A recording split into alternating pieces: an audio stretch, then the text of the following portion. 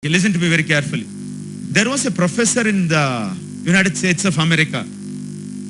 He had written 4 books on Zen Buddhism. There is a religion, Buddhism, you know, everybody know. There is a cult called as Zen Buddhism. Zen is also one of the dharmas, one of the religions. He had written 4 books about Zen Buddhism. He was so egoistic about himself that he is the number 1 talking about Zen Buddhism. One of his students came, wanted to do his PhD under that professor.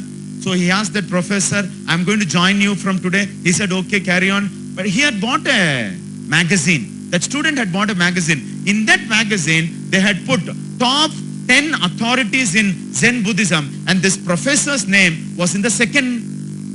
This professor got totally angry, totally irritated, frustrated. Whose is the first name?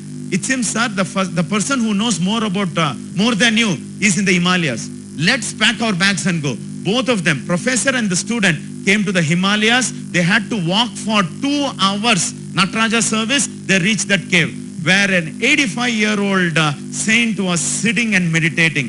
He threw four of his books, asked that saint there, a saint, a Zen monk, it seems you know more than me in Zen Buddhism. Is that true? See, I have written 4 books. Read these 4 books and tell me what points I don't know.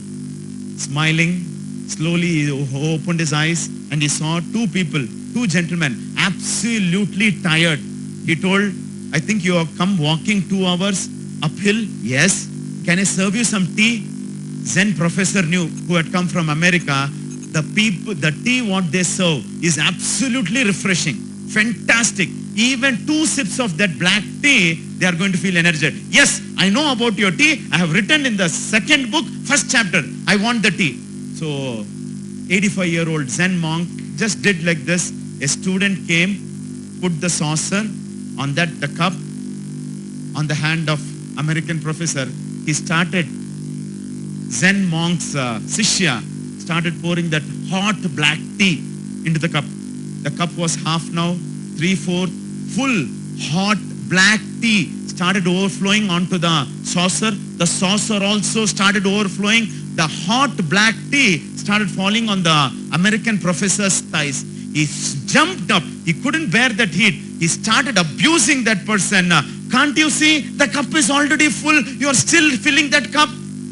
For that 85-year-old Zen monk said, Professor, your cup is already full. You go out of this cave, empty your cup and come back. I will tell you 2 points what I know about Zen Buddhism. Our lecture, 2 kinds of people are there. 95% of the people who are at the bottom of the ladder, 5% of the people who are at the top of the ladder. 95% of the people, they use 8 to 10% of their left brain because that has been what is taught to them from LKG to PhD. Successful people, knowingly or unknowingly, they use 2% more of their right brain than this 95% of the people. My only request to all of you is, somehow, if you can activate your subconscious mind, somehow, if you can know how to use 2% of your subconscious mind, everything else will follow.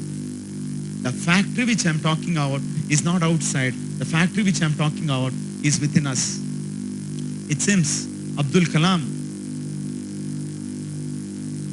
C.V. Raman, Stephen Hawkins, Einstein, anybody, any great people you take, even they have used hardly 14 to 16%, maximum 18%. Einstein, it seems, has used his brain.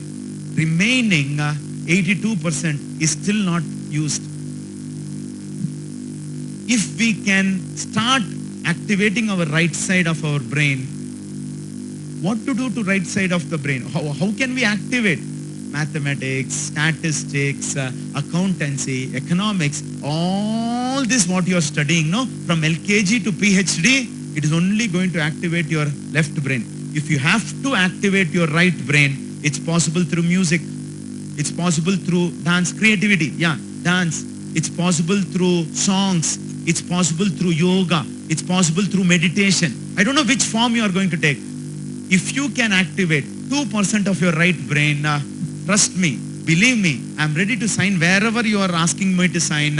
You are going to come to that 5% of the people, whether you like or you don't like. 2% extra of your right brain when compared to the 95% of the people who are using only their 8 to 10% of the left brain. Because left brain is already activated, all of you.